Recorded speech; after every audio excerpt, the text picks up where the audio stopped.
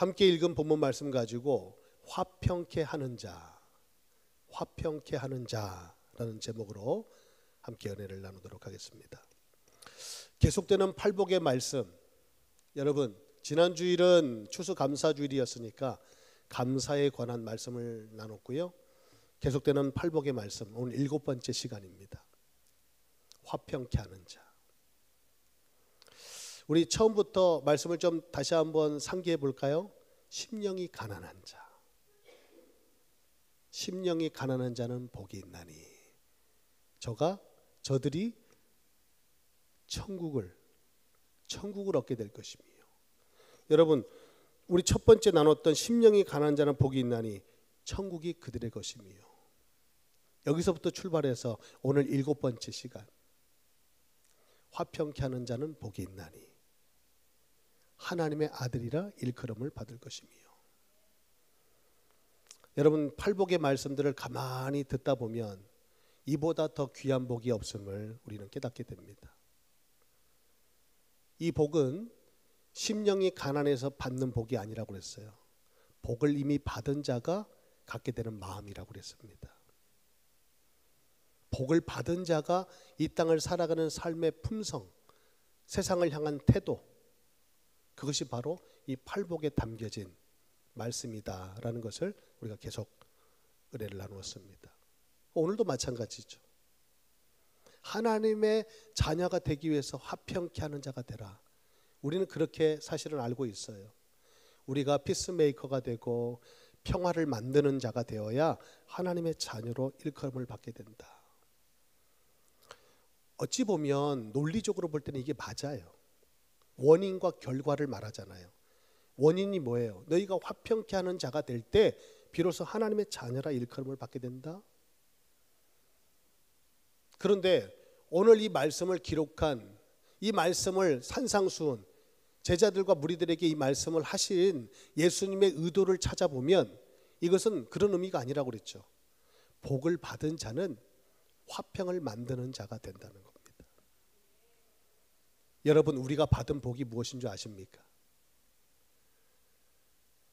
여러분, 우리가 받은 복이 뭐예요? 첫사람 아담의 후손으로, 우린 남자의 후손으로 다 태어난 존재들입니다.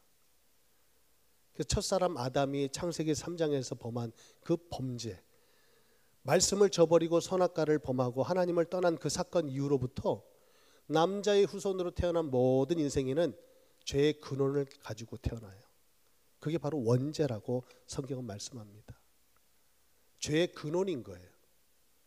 그 원죄를 가지고 태어났다는 것은 어떤 의미죠? 우리 모든 인생은 태어나면서부터 하나님과의 관계가 단절됐다는 거예요. 여러분, 어린아이가 도대체 무슨 죄를 졌길래, 갓 태어난 어린아이가 무슨 죄를 졌길래 하나님을 떠났단 말입니까? 그게 운명인 거예요. 성경이 시작부터 우리에게 말씀하고 있는 죄의 굴레인 것입니다. 그래서 너나 할 것 없이 모든 인생은 하나님을 만나야 되는 거예요. 다시 말해서 하나님의 구원의 은총을 입어야 된다는 것입니다. 구원받지 않아도 될 인생이 하나가 없다는 거예요. 로마서 3장은 말합니다. 의인이 없나니 하나가 없대요. 로마서 3장 23절은 말합니다. 모든 사람이 죄를 범하였음에 하나님의 영광에 이를 수 없다. 우리 인생의 문제가 무엇입니까? 찾아 거슬러 올라가 보면 하나님을 떠난 근본 문제라는 거예요. 이것을 성경은 죄라고 말합니다. 여러분, 우리가 받은 복이 뭡니까?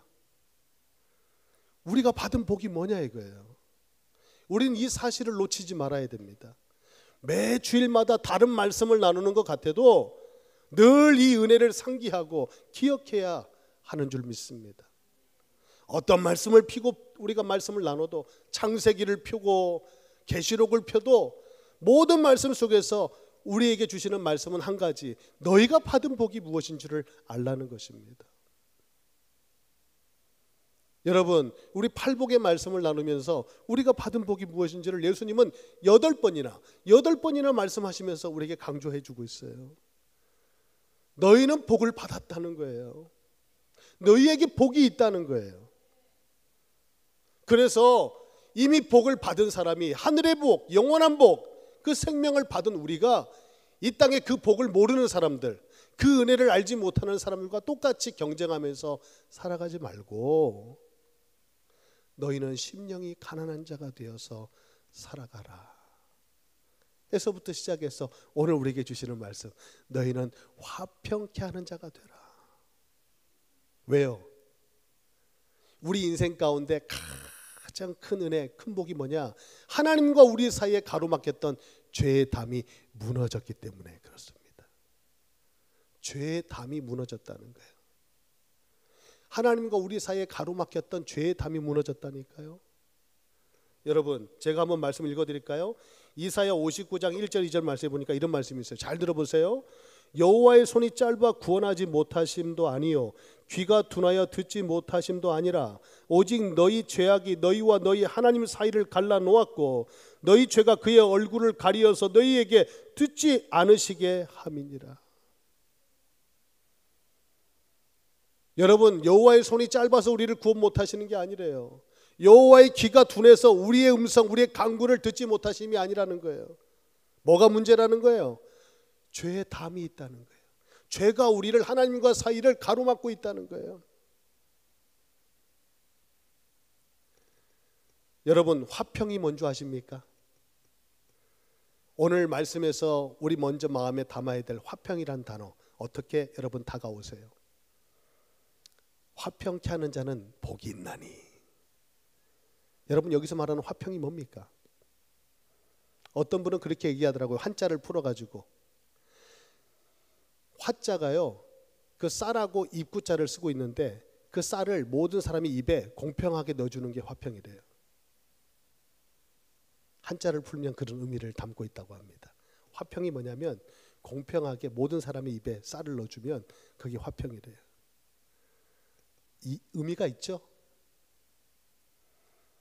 평안, 안녕, 만족, 행복, 뭐 이런 단어들이 연상이 되잖아요.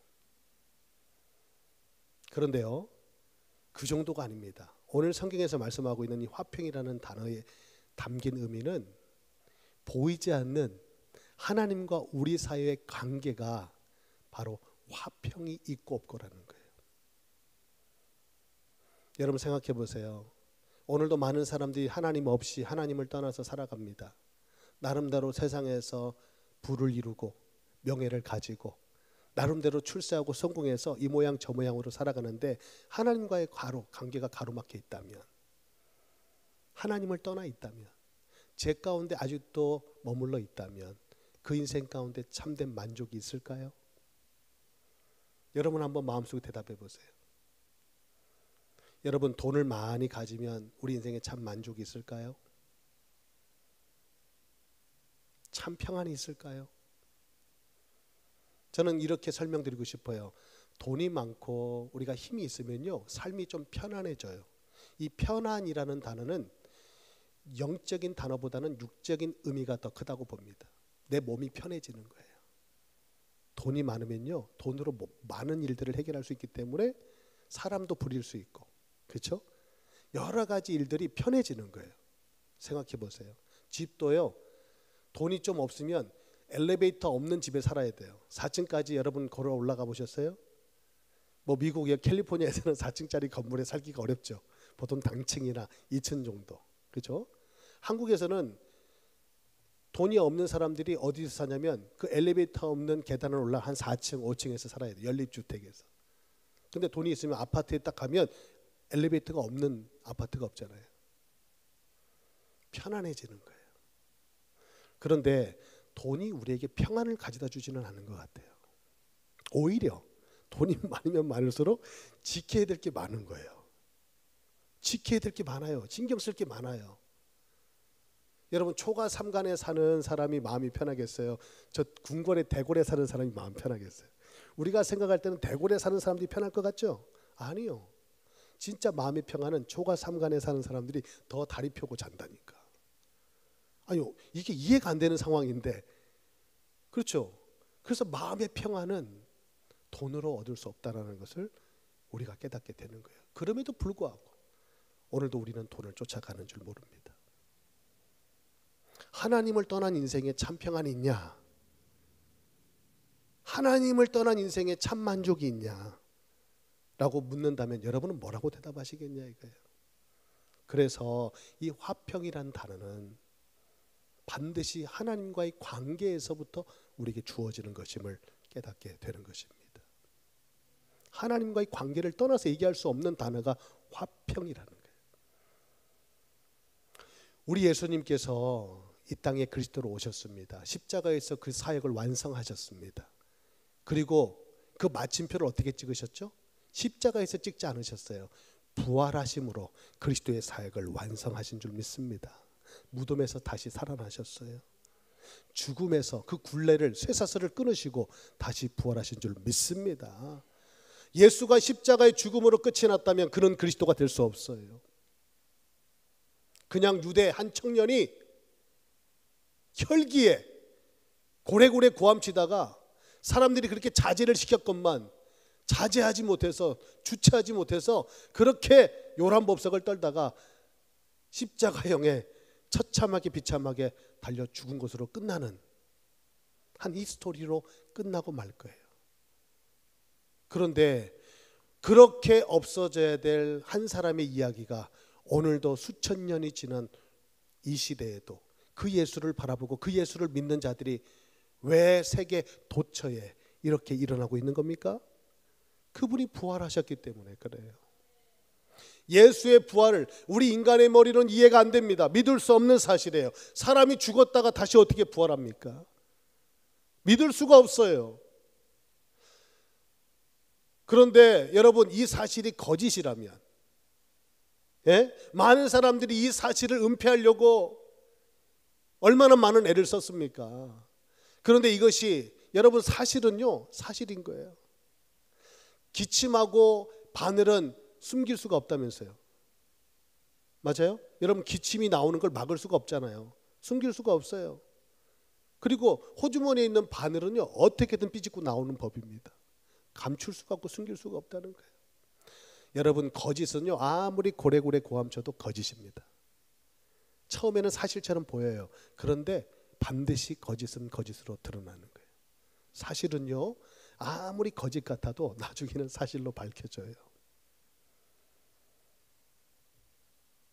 예수님은 부활하심으로 당신께서 하나님의 아들 되심을, 이 땅의 유일한 구원자 되심을, 그리스도 되심을 증명해 보인 줄 믿습니다.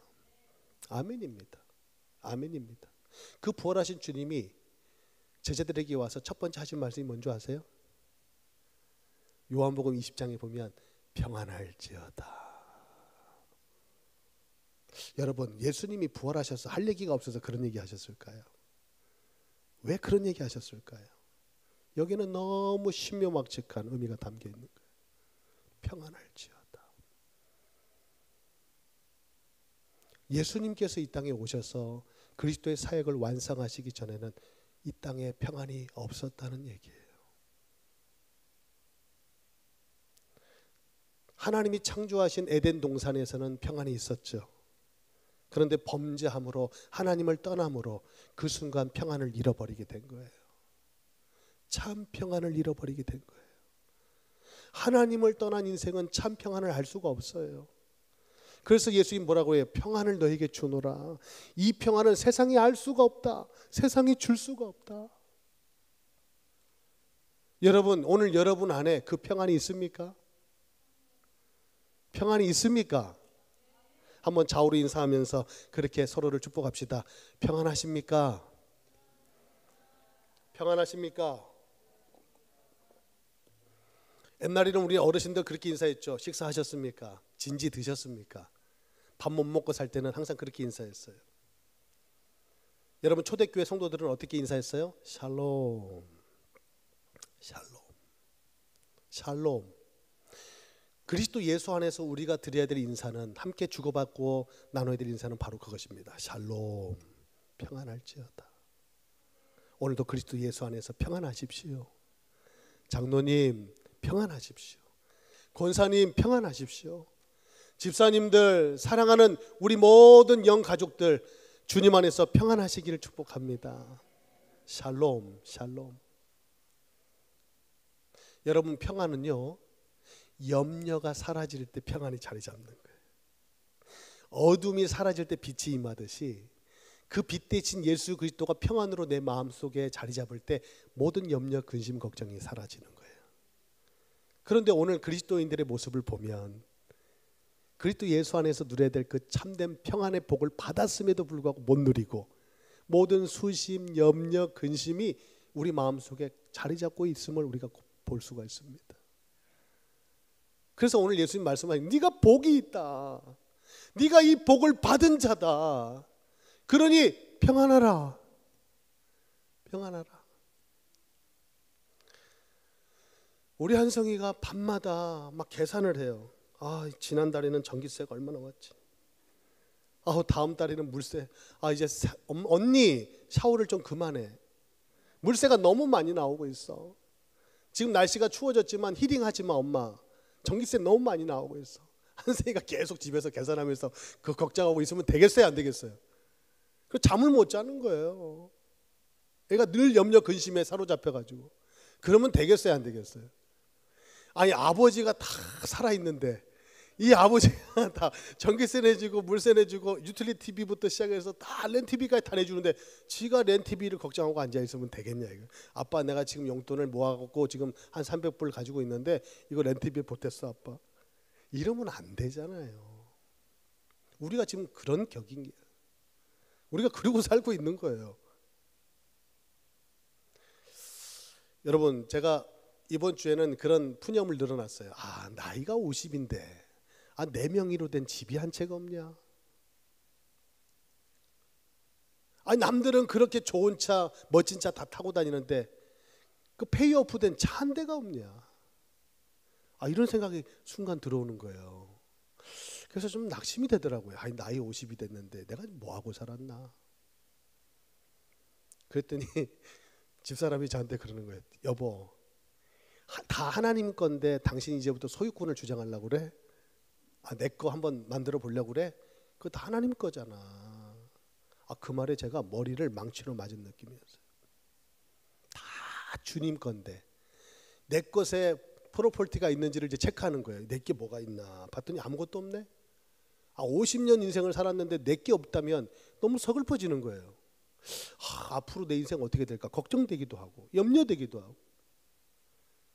그런데 옆에서 그 말을 딱 건네는데 머리가 그 순간 어둠이 싹 거치고 빛이 임하는 것처럼, 내 게 어디 있다고, 원래부터 내 게 어디 있었다고 지금 와가지고 이제 내 거를 따져보는 거예요.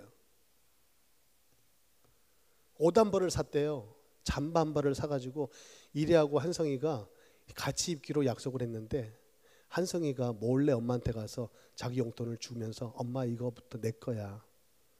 이제 자기 걸로 소유를 이제 삼겠다고 엄마하고 딜을 했나 봐요. 그래서 어제 저녁에 이래가 저한테 아빠 그럴 수 있어? 한성이가 분명히 우리 둘이 같이 있기로 했는데 이제 지 거라고 나한테 안 준대. 소유권을 주장했다는 거예요. 어이가 없죠. 그 돈 누가 줬어요? 그거 다 제가 준 거거든요.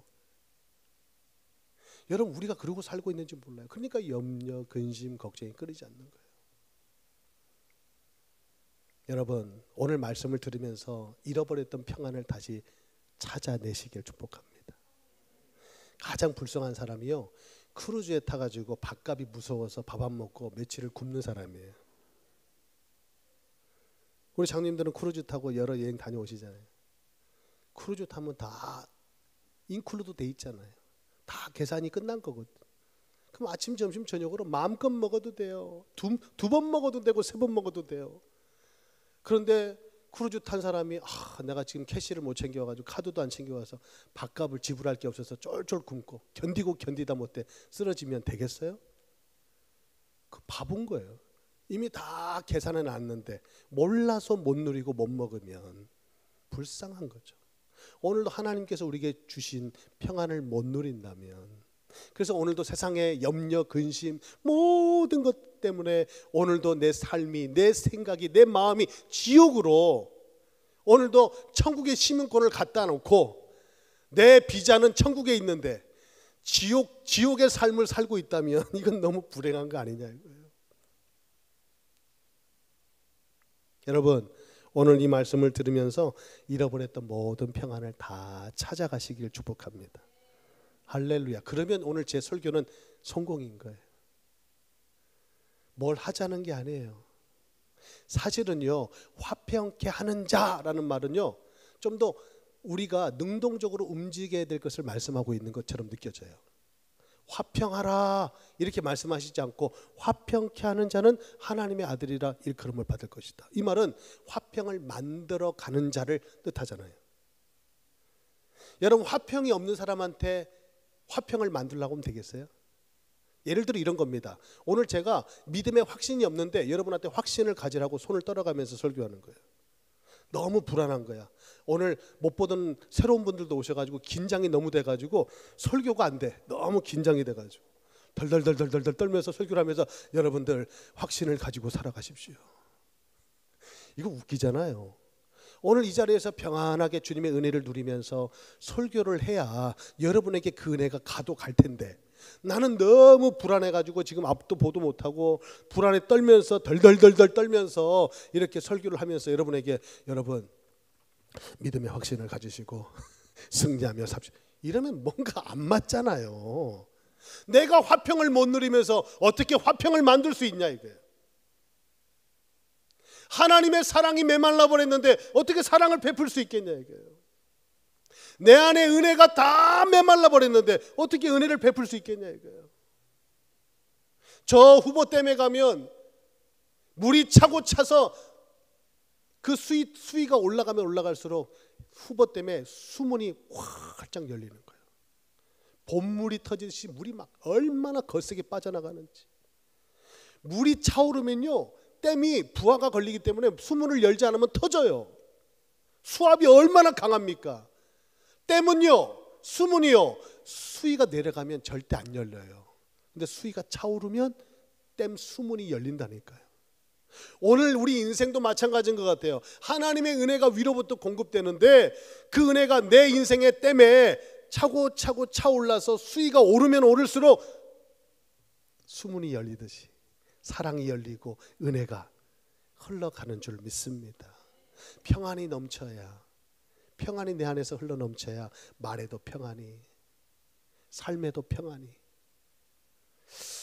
저는 제 나름대로 제가 참 부드러운 남자인 줄 알았어요. 그런데 제가 알고 보니까 좀 까칠하더라고요. 예민해요. 나와서 교회 생활할 때 바깥에 사람 만날 때는 되게 부드러운 사람이에요. 저는 교회에서는 사회생활을 해야 되니까 목사니까 성도님들의 이목이 있으니까, 그러니까 얼마나 웃으면서 부드럽게 하는지 몰라요. 근데 집에 가면 날카로워지더라는 거예요. 말에도 날이 서 있는 거예요. 아, 이것은 어찌 보면 가식된 평안일 수 있겠구나. 여러분, 안과 밖이 어떻게 다르겠어요? 오늘 이 시간 우리의 모습을 돌아보면서 정말 가정 속에서 가족들과 함께하는 부부지간의 모습이 진짜 내 모습일 수 있어요. 가장 편하잖아요. 어떤 눈치도 안 보잖아요. 그때 여러분의 모습이 진짜 여러분의 모습일 수 있어요. 여러분, 부부끼리 식사하시면서 식사기도 하시죠? 교회에서는 우리 예찬할 때 식사기도 다 하잖아요. 근데 부부끼리 집에서 식사하실 때 머리 맞대고 기도하시죠? 할렐루야, 할렐루야. 예, 안 한다고 할까봐 제가 바로 할렐루야 했어요. 여러분, 두 분이 같이 있을 때가 진짜예요. 더 한 걸음 더 들어가 보면 혼자 있을 때가 진짜예요. 하나님과 함께하는 시간이거든요. 근데 하나님이 안 보여. 하나님이 의식이 안 돼. 그러니까 나 혼자인 줄 알고 온갖 것을 다 해. 이게 진짜 내 모습인 거예요. 군중 속에, 무리 속에 있을 때는 내 모습 아니에요. 우리는 포장하고 변장하고 얼마나 많은 두 겹, 세 겹의 얼굴을 써요. 그렇죠? 그것도 안 되면은 정말 이상한 사람이에요. 아니, 많은 사람들하고 있는데 나는 솔직해, 나는 빈말 못해. 이거 좋은 거 아니에요? 사회생활 못하는 거예요. 사람들과의 관계에서 하고 싶은 말이 있지만 상대방이 듣고 싶은 말도 할 줄 알아야 돼요. 이게 관계를 잘 맺는 거죠. 그건 필요한 거예요. 사회생활을 하면서. 그런데 혼자 있을 때, 우리 가족끼리 있을 때, 가장 편안할 때 그게 진짜 내 모습일 수 있다는 거예요. 오늘 저는 여기서 여러분에게 평안을 외치고 믿음을 함께 나누면서 설교하지만 혼자 돌아가서 나 혼자 있을 때 염려 근심에 사로잡힌다면 나는 평안이 없는 거죠. 여러분, 정말 평안을 누리는 사람은요, 어디에 던져놔도 어디를 가도 피스메이커가 되는 줄 믿습니다. 생각해 보세요. 사람들이 여러분들과 함께 할 때 평안한지, 여러분이 없을 때 평안한지, 여러분이 있을 때 평안한지 한번 생각해 보시기 바랍니다. 어떤 모임을 갔는데 그 사람이 오기 전까지는 평안했어요. 근데 그 사람이 오는 순간 평안이 깨지는 거야. 트러블 메이커가 있다는 거죠. 가는 곳마다 문제를 일으키는 사람. 여러분, 어떤 지금 삶을 살고 있나요? 화평이란 단어는요, 예수님이 하시는 일이에요. 첫째는 하나님과 우리 사이에 죄의 담을 허무시는 일을 하셨잖아요. 그 복을 우리가 입고 오늘 이 자리에 있는 거거든요. 그런 우리에게 하나님, 예수님 말씀하시는 거예요. 내가 너를 위해서 그렇게 한 일처럼 너도 화평케 하는 자가 되면 어떻겠니? 하나님과 관계가 가로막혀 있고 하나님을 떠나 있는 수많은 영혼들에게 내가 너에게 그랬던 것처럼 너도 그들에게 다리 역할을 해서 그 죄의 담을 허물어주는, 사랑은 허다한 허물을 덮는다고 하잖아요. 네가 받은 그 사랑으로, 주님의 사랑으로 그들과 가로막혀 있는 담을 헐어주는 그런 사람이 되면 어떻겠니? 그러면 너도 이 시대의 그리스도인이라는 이름을 너는 얻게 될 거야. 너는 비로소 하나님의 아들이라는 일컬음을 받게 될 거야. 그런데 명심해라. 내가 먼저 너에게 그 복을 줬다는 사실을. 오늘 그 말씀인 거예요. 중세시대에 수도원에서 수도사들이 주고받았던 인사가 있대요. 메멘토 모리, 메멘토 모리. 라틴어거든요. 메멘토 모리. 이 수도사들은 그렇게 인사를 주고받았다네요. 메멘토 모리. 이 뜻이 뭐냐면 당신이 죽을 줄 아십니까? 당신은 죽는 줄 알고 계십니까? 이 인사를 계속 만나는 사람들에게 한대요. 이게 무슨 뜻이에요? 네 삶이 영원하지 않다는 거 너 알고 있니? 너는 곧 죽어. 너 죽는 존재인 줄 알고 있지? 그거 혹시 망각하고 사는 거 아니야? 너 죽는 존재잖아. 메멘토 모리. 너는 곧 죽어. 여러분, 우리가 죽고 나면 어떻게 되죠? 하나님 앞에 서는 거예요. 사람이 나를 어떻게 부르느냐 그것도 중요하지만 하나님이 내 인생을 어떻게 보시느냐가 더 중요하지 않을까요? 화평케 하는 자는 복이 있나니. 예수님이 저와 여러분에 의해서 담을 하셨대요. 주는 평화 모든 담을 허셨네. 오늘 우리가 찬양했던 그 찬양이 뭐예요? 모든 담을 허무신 거예요. 하나님께로 가는 막힌 담을 다 허무신 거예요. 예수님이 하신 일이 뭐냐? 바로 그 일인 거예요. 그럼 우리가 그리스도인으로서 남은 생을 살아갈 때 우리는 어떤 삶을 살아가느냐? 그 담을 허무는 자, 담을 쌓는 자가 있어요. 어떤 사람은 항상 다가서면 담이 있어. 보이지 않는 담이 있어서 가까이 갈 수가 없어. 벽을 세우는 사람이 있어요. 어떤 사람은 벽을 허무는 사람이 있고. 누가 편할까요? 벽이 없는 사람이 편하잖아요. 여러분, 누가 관계를 잘 맺을까요? 벽을 세우지 않는 사람이에요. 여러분, 잘 사는 사람들은요, 자기 집을 성처럼 지키기 위해서 담을 높이 쌓잖아요. 어쩔 수가 없어요. 그런데 가난한 사람은요, 뭐 훔쳐갈 것도 없고 잃어버릴 것도 없기 때문에 담이 없어요. 담이 없다니까요. 다 하나님의 것이라고 우리가 인정이 되고 내 목숨조차도 하나님의 손에 달려있다고 우리가 믿는다면 우리는 이 땅에서 담을 쌓는 자가 돼서는 안 될 겁니다. 여러분은 지금 벽을 세우는 자, 담을 쌓는 자입니까? 담을 허무는 자입니까? 오늘 이것을 우리에게 묻고 계시는 거예요. 우리 예수님은 저기 세리하고도 담을 쌓지 않았어요. 벽이 없었잖아요. 저 창기하고도 벽이 없었어요. 그러니까 유대인들이 볼 때 종교 지도자들이 볼 때 이 사람은 담이 없고 벽이 없네.